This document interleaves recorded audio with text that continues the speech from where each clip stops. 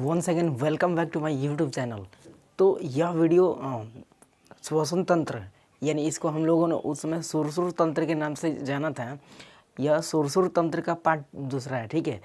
तो इस वीडियो में हम लोग सुरसुर तंत्र में जितने भी यानी श्वसन तंत्र में जितने भी पाथ होते हैं यानी रास्ते होते हैं, उन रास्तों का अध्ययन करने वाले हैं, ठीक है। और फाइनली उसमें कौन कौन से सिस्टम्स होते हैं, कौन कौन से ऑर्गन्स होते हैं और उन किस ऑर्गन्स के अनुरूप श्वसन की प्रक्रिया कंप्लीट होती है ना, उसको देखने वाले हैं। इसके पहले हमने ये भी बताया था आपको कि उसमें जितने भी ऑर्गेनिज्म में श्वसन की प्रक्रिया होती है वो अलग अलग मेथड से होती है, ठीक है।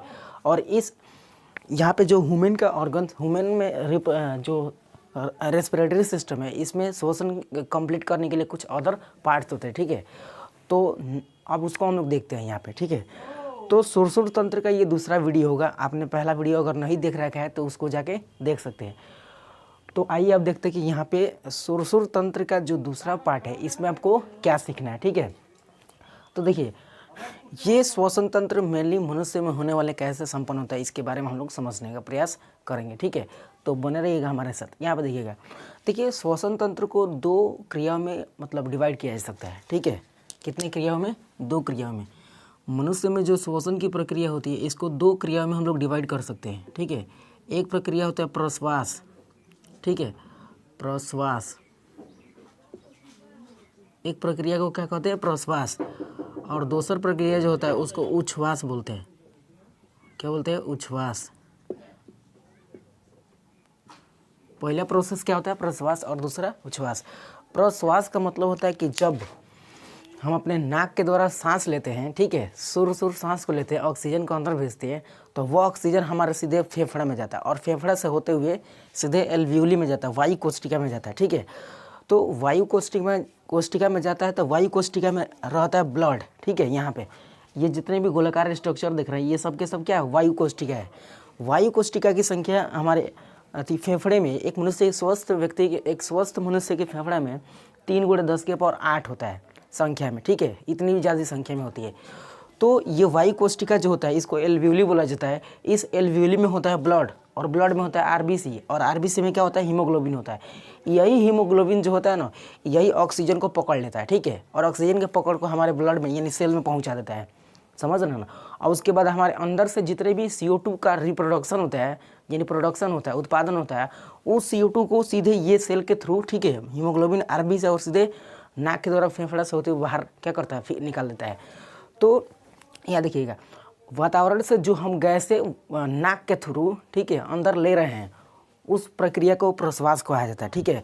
तो प्रश्वास वाली प्रक्रिया में हम केवल ऑक्सीजन को अंदर ले रहे होते हैं।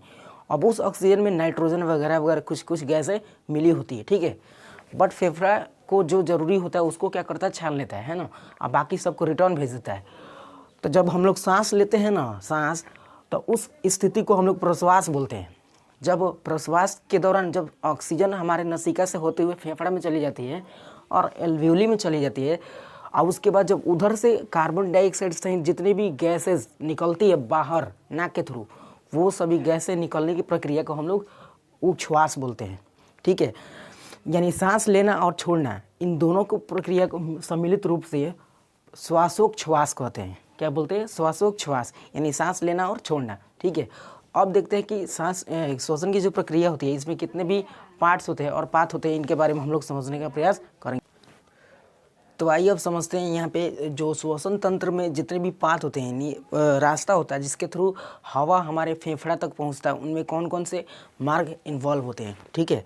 यहाँ पे तो सबसे पहला पार्ट होता है नासा छिद्र। नासा छिद्र के बारे में हमने पहले बता दिया, ठीक है। नासा छिद्र जो होता है, ये आगे के दो स्ट्रक्चर ये दो दिख रहे हैं आप मेरे, या आपके भी है, सबके सी का होता है, ठीक है। वो क्या होता है? नासा छिद्र होता है ना।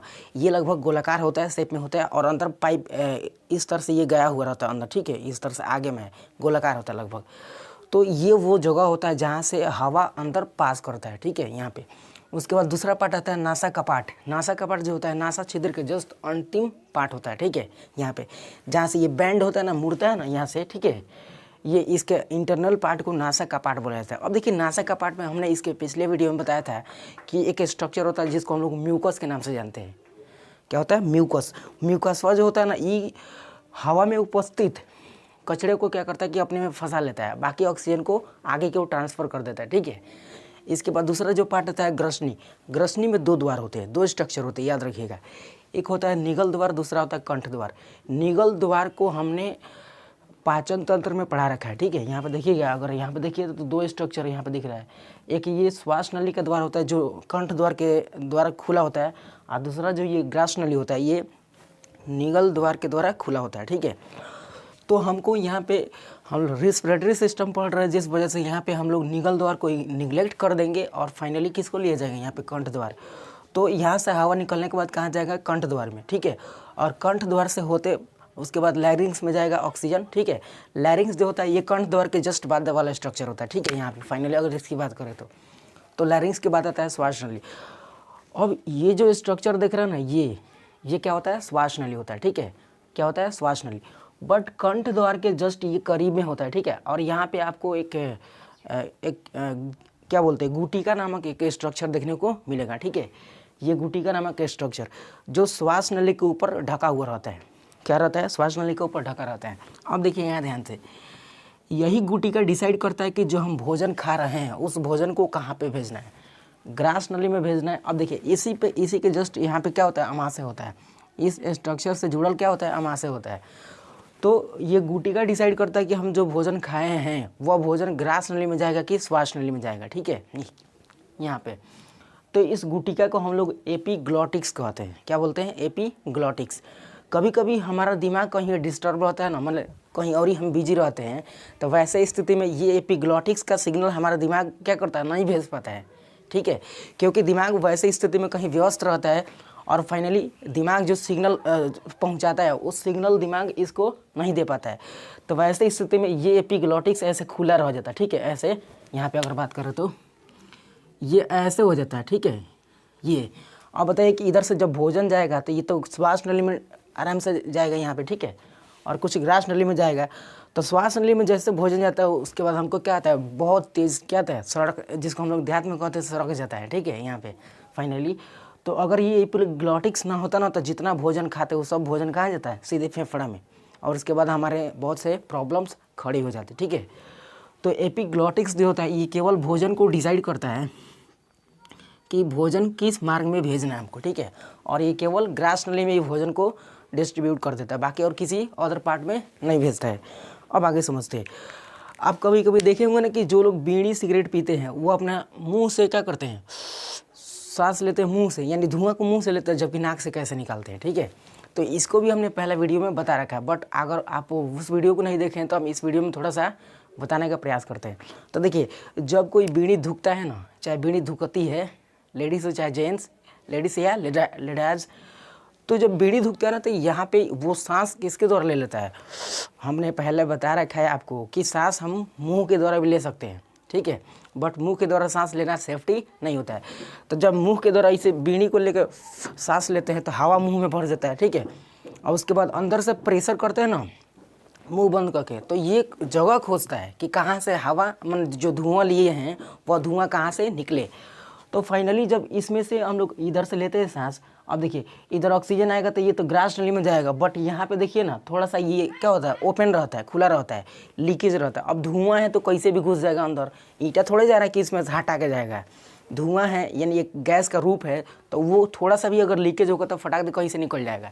तब फाइनली क्या करता है कि धुआं को अंदर से जब प्रेशर करते हैं ना मुंह ग्रासनी में, ठीक है, तो ग्रासनी से प्रेशर होने के बावजूद होने के बाद ये जितना धुआं रहता है ये सब धुआं आगे में निकल के एपिग्लॉटिक्स के पास से गुजर जाता है और ये फाइनली नाक में निकल जाता है। उसके बाद नाक से फटाक दे फेंक देते हैं धुआं, ठीक है। तो ये देखिए कितना तगड़ा, मतलब क्या होता है, एक तरह से फंक्शन होता है, ठीक है। यहाँ पे तो जो लोग धुआं निकालते हैं ना, एक गाना है ना, शाम है धुआं धुआं, तो वो इसी का सहारा लेकर क्या करता है, वो गाना को मतलब धुआं को निकालने का प्रयास करता है। आई होप आप समझ गए होंगे, ठीक है। अब आगे चलते हैं यहाँ पे। तो इसके बाद जो श्वास नली में आएगा हवा, ऑक्सीजन जो भी है। अब ये श्वास नली है, इसकी लंबाई अगर बात करें ना तो ये लंबाई इसका 16 मीटर होता है, ठीक है। कितना होता है, सॉरी 16 नहीं, 11 सेंटीमीटर का ये होता है। कितना होता है, 11 सेंटीमीटर का होता है। श्वास नली की लंबाई कितनी होती है, 11 सेंटीमीटर। और इसके व्यास की बात करें, यहाँ पे रुक जाइए, इसकी लंबाई कितनी होती है, एक और लंबाई 11 सेंटीमीटर होता है। और व्यास की बात करें तो व्यास होता है 16 mm का, ठीक है।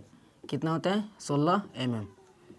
अब देखिए ये श्वास नली जो है ना ये हड्डी का बना होता है, बट हड्डी के दो स्वरूप होते हैं, एक होता है कार्टिलेज, एक बोन्स होता है, अस्थि और उपास्थि। तो ये श्वास नली यानी जो हमारी ये ट्रेकिया देख रहे हैं ये वाला पाइप, यही क्या है? वो श्वास नली है, ठीक है। इसके जस्ट उस साइड में क्या होता है? तो ग्रास नली होता है। तो श्वास नली इस तरह के क्या होते हैं? इसी तरह के स्ट्रक्चर्स में पाए जाते हैं। और जब इसकी लंबाई कितनी होती है? 11 सेंटीमीटर। और ये उपास्थि का बना होता है, क्योंकि उपास्थि जो हड्डी का रूप होता है ना ये बहुत मुलायम होता है। जैसे कान की जो हड्डी होती है ये बहुत मुलायम हड्डी, आराम से इसको आप कहीं से भी मोड़ सकते हैं। नाक की हड्डी जो होती है ये भी मुलायम वाली हड्डी होती है, इसको भी कहीं से आप मोड़ सकते हैं। बट अगर कहीं हाथ की हड्डी ये वाला तो इसको मोड़ सकते हैं आप? नहीं मोड़ सकते हैं, ठीक है।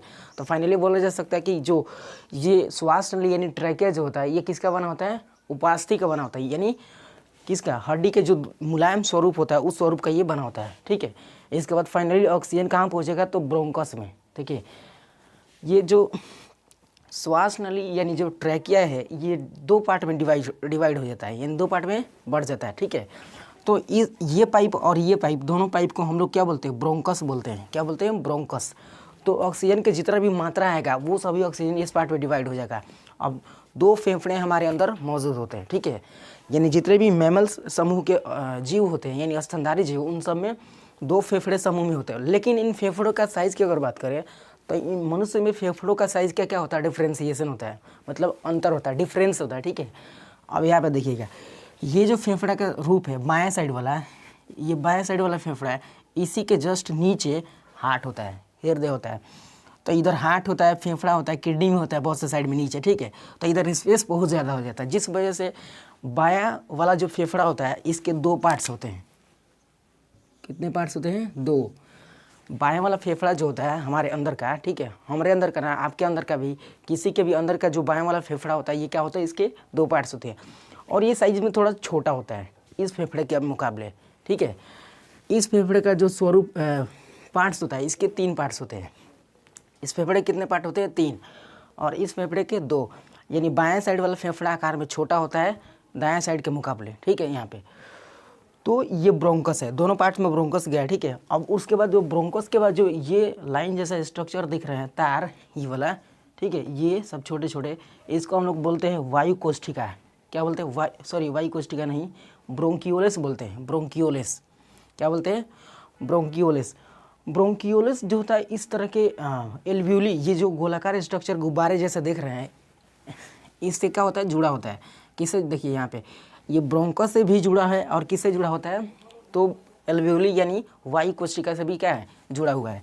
अब वायु कोष्ठिका की संख्या की बात करें दोनों फेफड़ों में मिला के, तो इसकी संख्या होती है 3 × 10⁸, यानी 3 पर 8 को 0 बैठेंगे तो इतनी संख्या में वायु कोष्ठिकाएँ हमारे फेफड़े में पाई जाती है, ठीक है। आई होप आप समझ गए होंगे। अब देखिए यहाँ से तो ऑक्सीजन नासा छिद्र से नासा कपाट, नासा कपाट से ग्रसनी, ग्रसनी में 2 पार्ट्स होते हैं जहाँ से कंठ द्वार में जाएगा, कंठ द्वार के बाद फाइनली लैरिंक्स, श्वास नली, ब्रोंकस, ब्रोंकियोलस, वायु कोष्ठिका। ये क्या होता है? वायु कोष्ठिका होता है, ठीक है। तो ये वायु कोष्ठिका जो होता है ना इसी पे ब्लड पाए जाते हैं। क्या पाए जाते हैं? ब्लड। और ब्लड में पाया जाता है आरबीसी। हमने आपको इसके पहले आप लोग पढ़े भी होंगे आरबीसी, डब्ल्यूबीसी या प्लेटलेट वगैरह के बारे में, ठीक है। तो इसमें क्या पाए जाते हैं? आरबीसी, ठीक है। ये ब्लड हो गया, ब्लड में क्या पाया जाता है? आरबीसी। और आरबीसी में पाया जाता है हीमोग्लोबिन। यही हीमोग्लोबिन ऑक्सीजन के अणु को पकड़ लेता है। अब बाकी जितनी गैसेज होती है जो हमारे श्वास नली में आए हुए रहता है उन सबको ये बाहर ढकेल देता है, ठीक है, और ऑक्सीजन को रख लेता है फाइनली, ठीक है। उसके बाद ये हीमोग्लोबिन क्या करता है कि ऑक्सीजन को हमारे सेल ब्लड में मिला देता है, ठीक है।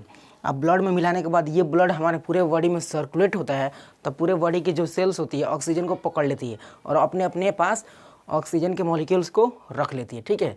उसके बाद क्या होता है आप देखिएगा यहाँ पे थोड़ा सा अगर नीचे स्ट्रक्चर में देखिएगा ना, इस साइड में ये फेफड़ा के जस्ट नीचे, तो फेफड़ा का जो नीचे वाला ये स्ट्रक्चर है इसको हम लोग डायाफ्राम बोलते हैं। क्या बोलते हैं? डायाफ्राम, ठीक है, इसको डायाफ्राम बोला जाता है। डायफ्राम क्या करता है कि ये सभी दोनों फेफड़ों के ऊपर ढकेलने में हेल्प करता है, ठीक है।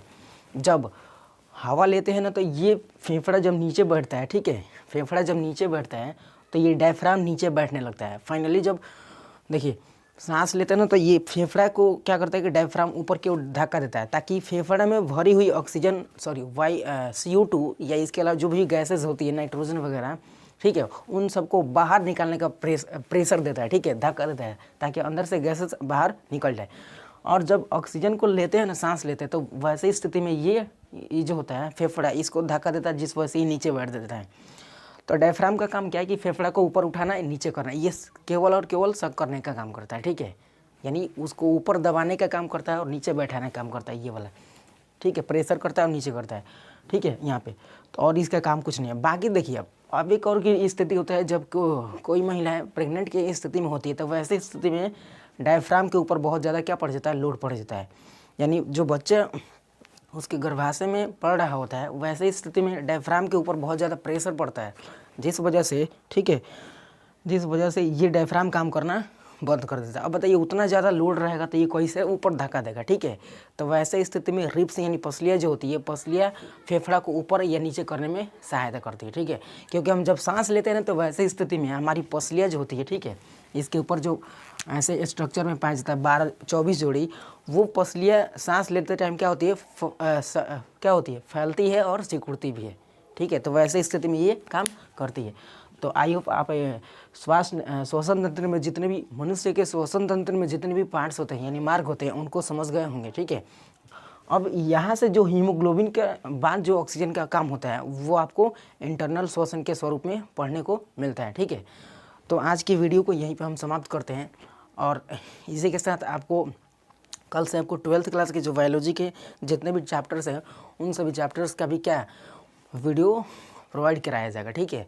तो मिलते हैं दूसरे वीडियो में इसके और भी पार्ट्स के साथ लेकर, तब तक के लिए take care of your self.